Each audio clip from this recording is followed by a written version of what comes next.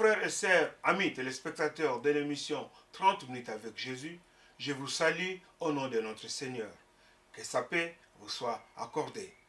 Je suis le pasteur José Chitoko Katende de l'église de Jésus-Christ, la grâce de Dieu, au sud-ouest de Londres.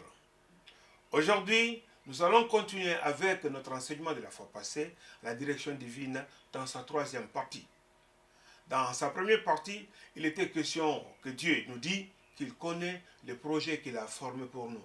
Projets de paix et non de malheur. Nous avons fait un certain commentaire sur cela. Et dans la deuxième partie, nous avons parlé de l'obéissance totale à Dieu pour qu'il nous amène jusqu'à destination. Comme c'est lui seul qui connaît les projets qu'il a formulés pour nous. Et aujourd'hui, dans cette troisième partie, nous allons parler du Saint-Esprit. Au fait, obéir à Dieu à 100% veut dire tout simplement se laisser conduire par le Saint-Esprit. Pour cela, nous allons lire un texte qui va nous aider à comprendre cela dans le livre d'Esther. Esther 2, 8 à 11. Lorsqu'on eut publié l'ordre du roi et son édit, et qu'un grand nombre de jeunes filles firent rassembler à Suse, la capitale, sous la surveillance de Gaï, Esther fut aussi prise et conduite dans la maison du roi sous la surveillance de Gaï, gardien de femmes. La jeune fille le plut et trouva grâce devant lui. Il s'empressa de lui fournir les choses nécessaires pour sa toilette et pour sa subsistance. Lui donna cette jeune fille choisie dans la maison du roi et la plaça avec ses jeunes filles dans le meilleur appartement de la maison de femme. Esther ne fit connaître ni son peuple ni sa naissance, car Mardochée lui avait défendu d'en parler. Et chaque jour, Mardochée allait et venait devant la cour de la maison de femme pour savoir comment se portait Esther et comment on la traitait.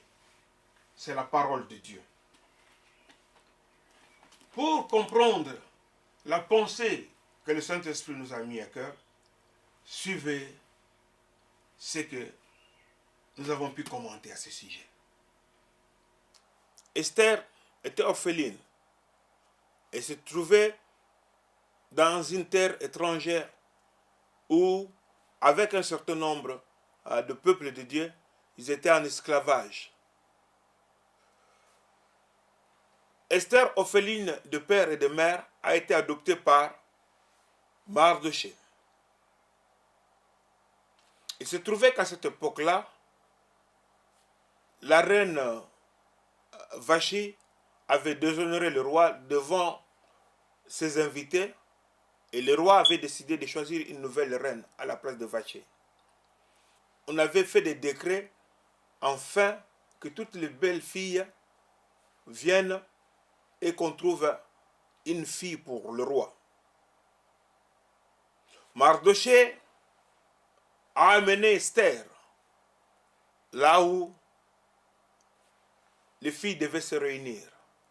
Arrivée là-bas, Esther a trouvé grâce devant Hegai, qui était l'eunuque du roi qui s'occupait des femmes. Et Hegai lui a donné tout ce qui était nécessaire. Et lorsque les femmes devaient partir se présenter chez le roi, ils devaient partir une à une.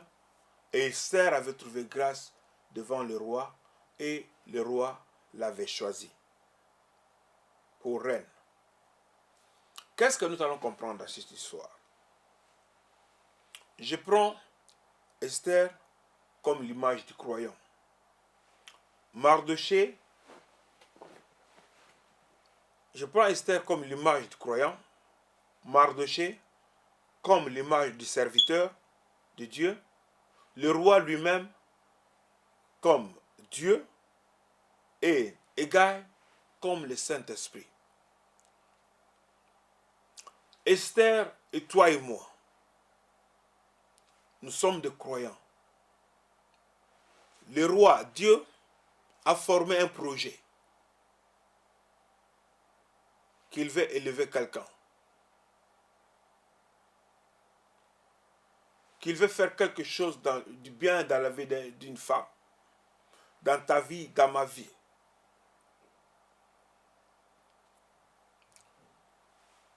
Le premier intervenant ici dans le cas d'Esther, c'est Mardochée. La première chose qui était là, c'était d'abord la relation entre Mardochée et Esther. Parce que beaucoup de gens négligent cette relation. Ils pensent qu'il faut être en bonne relation seulement avec Dieu. Non. Tu dois faire confiance aux serviteurs de Dieu. Alléluia.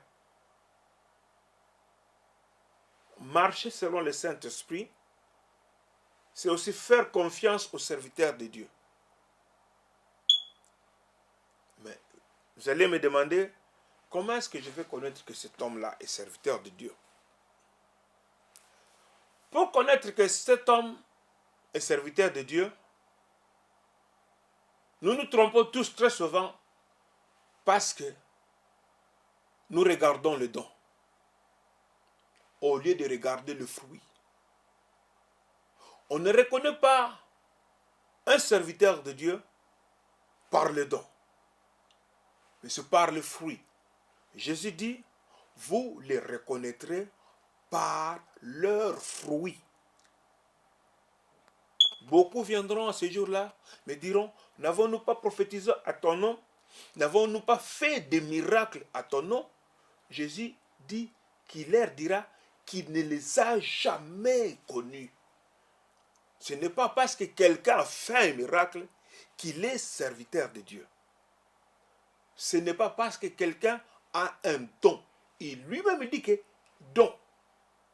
Faire le miracle, c'est un don. Mais il dit à la fin qu'il ne les a jamais connus. Vous les reconnaîtrez par leurs fruits. Alléluia.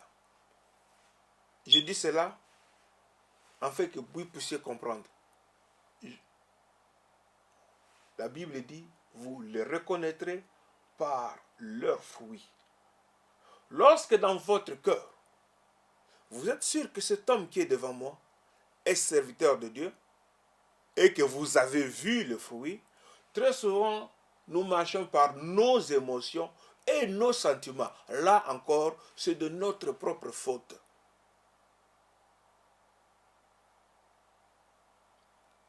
La foi, ce ne sont pas les sentiments ni les émotions, mais la parole de Dieu. Si nous mettons nos émotions et nos sentiments, alors il ne faut pas tenir Dieu pour un menteur. Dieu dit que je connais les projets que j'ai formés. Il a un bon projet. Mais si tu te trouves à un mauvais endroit, ce n'est pas la faute de Dieu.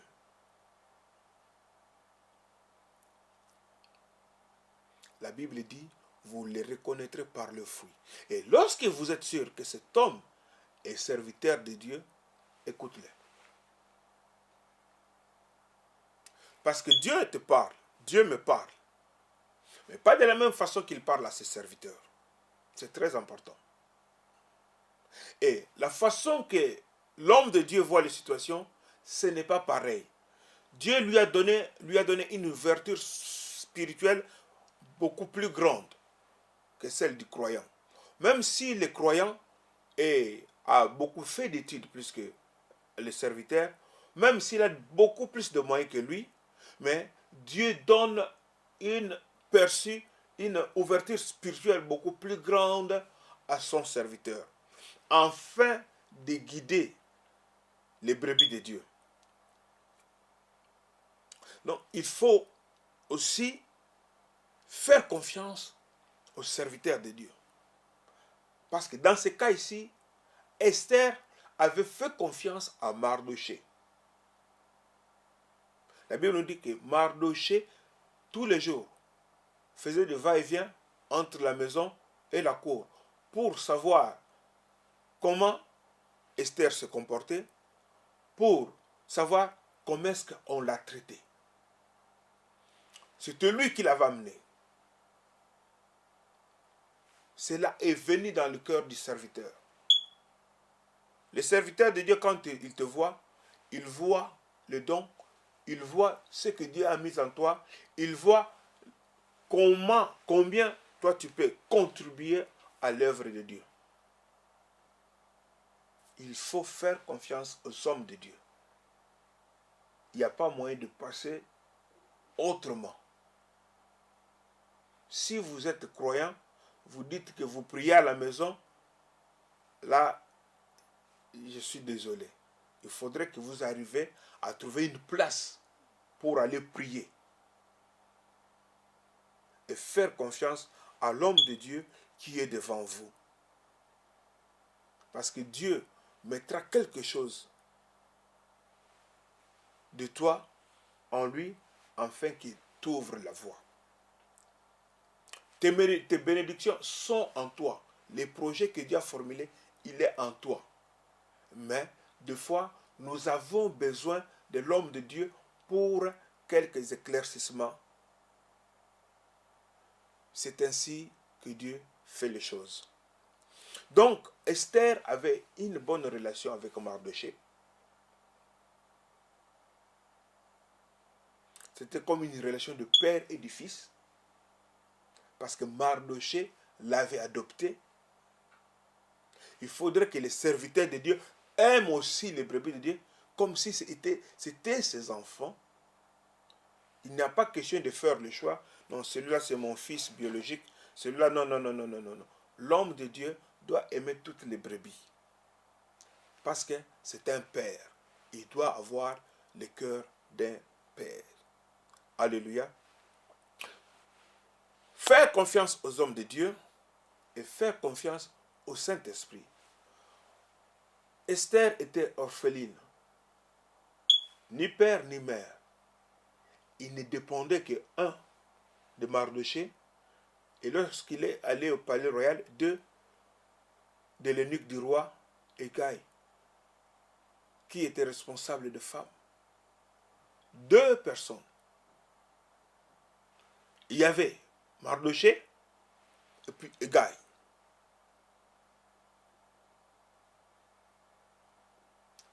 Et lorsqu'il est arrivé au palais, la Bible nous dit que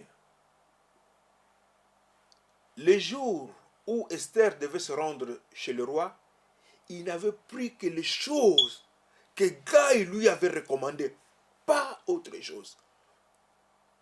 D'abord, avant d'arriver là, quand il est arrivé au palais, la Bible nous dit que Esther n'avait pas parlé de sa nationalité, d'où elle sortait. Elle n'avait pas donné son vrai nom, qui était Hadassa, puisqu'on ne devait pas connaître d'où elle venait là-bas, parce qu'elle était esclave. Qu'est-ce que cela veut dire? Être sous la conduite du Saint-Esprit revient à dire notre ancienne identité doit cesser d'exister. Parce que maintenant, Dieu prend le contrôle de ma vie. Je suis une nouvelle créature. Dieu marche avec moi comme une nouvelle personne. Elle n'avait pas mentionné que voilà, moi, je suis juive, moi, je suis de telle nationalité. Cela ne compte plus. Nous sommes des enfants de Dieu. Je ne dois pas regarder mon frère, celui-là, il est de quel pays? Ou bien celle-là, elle... Non. Lorsque on est en Jésus-Christ, on est frères et sœurs. Il n'y a pas de Bangala, il n'y a pas de Bakongo, il n'y a pas de Baluba, il n'y a pas de Baswahili, il n'y a pas des Angolais, il n'y a pas de Camerounais, il n'y a pas des Américains, il n'y a pas de Français, il n'y a que les enfants de Dieu.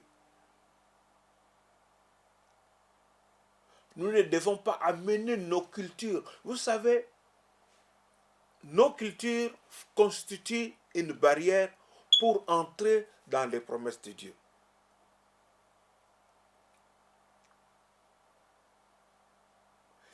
Elle n'a pas amené sa culture dans le palais royal. Elle a fait ce qu'on lui avait dit de faire quand elle est arrivée au palais royal. Elle ne faisait pas ce qu'elle avait l'habitude de faire lorsqu'elle habitait encore chez Mardochée. Elle avait changé complètement d'habitude. Elle n'obéissait qu'à ce que Haggai lui disait de faire. Et déjà au palais, elle avait la faveur de tous. Pourquoi? Parce qu'elle faisait exactement ce que Haggai lui disait de faire.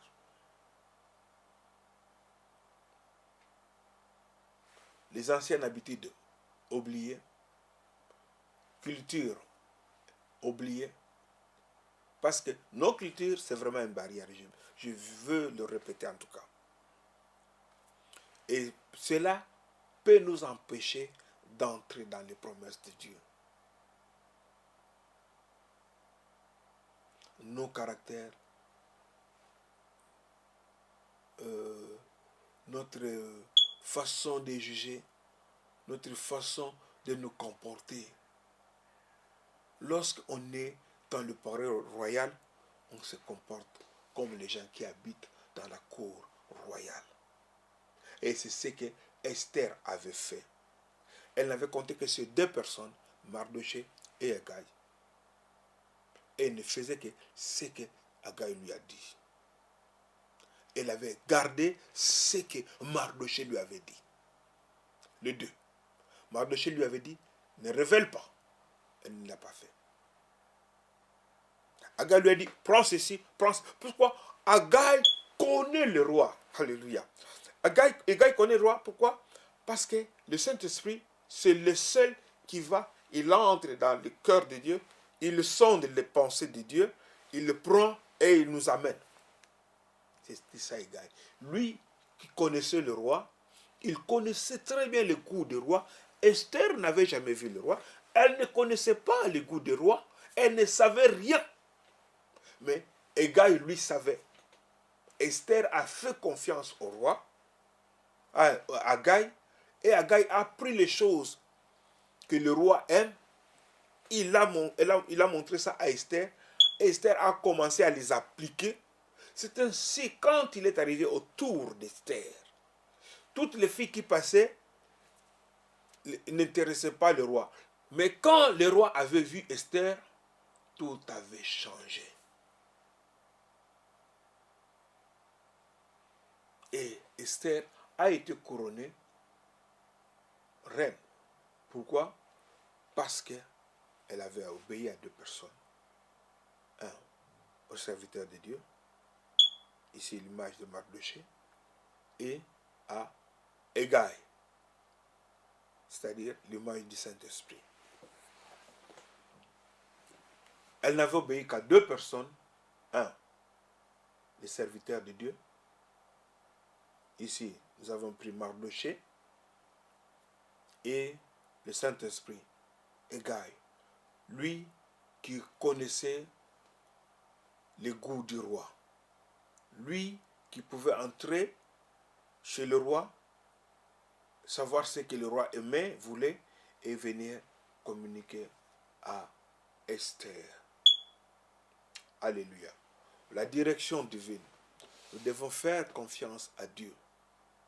Nous devons laisser le Saint-Esprit nous conduire dans toute la vérité. Pas un quart, pas 99% de la vérité, mais 100% de la vérité. Nous devons faire confiance à Dieu. Parce qu'il a un bon projet pour toi et moi. Et cela est à notre avantage de lui faire confiance. La Bible dit que, Psaume 33, verset 10 à 11, que l'Éternel renverse le dessein des nations. Tout ce que les nations ont préparé contre toi, l'Éternel va le renverser.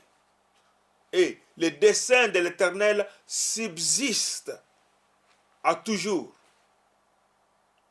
Et le projet de son cœur, de génération en génération. Ce qu'il a dit, ça tient toujours. Il ne faut pas dire qu'il est trop tard. Il est encore temps. Fais-lui confiance. Fais-lui confiance. Ce qu'il a dit subsiste toujours. Et les projets de son cœur de génération en génération. Quand un homme fait des projets pour toi, c'est pour 10 ans, 5 ans, 15 ans, 20 ans, 30 ans, je ne sais pas moi. Quand tu meurs, c'est fini. Hein. Il oublie. Mais les projets du cœur de Dieu, c'est de génération en génération. Ce que je suis en train de dire, ce n'est pas pour toi seul.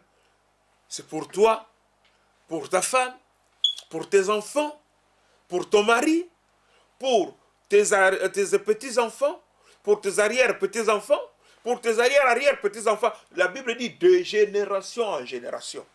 Alléluia. De génération en génération.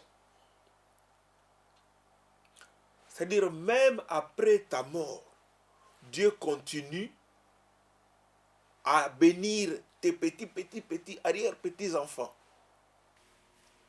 Bien-aimés dans le Seigneur, nous voici arrivés à la fin de notre programme. Nous vous remercions pour votre attention, pour vos coups de fil, pour vos emails que vous ne cessez de nous envoyer. Mais une chose, nous vous demandons...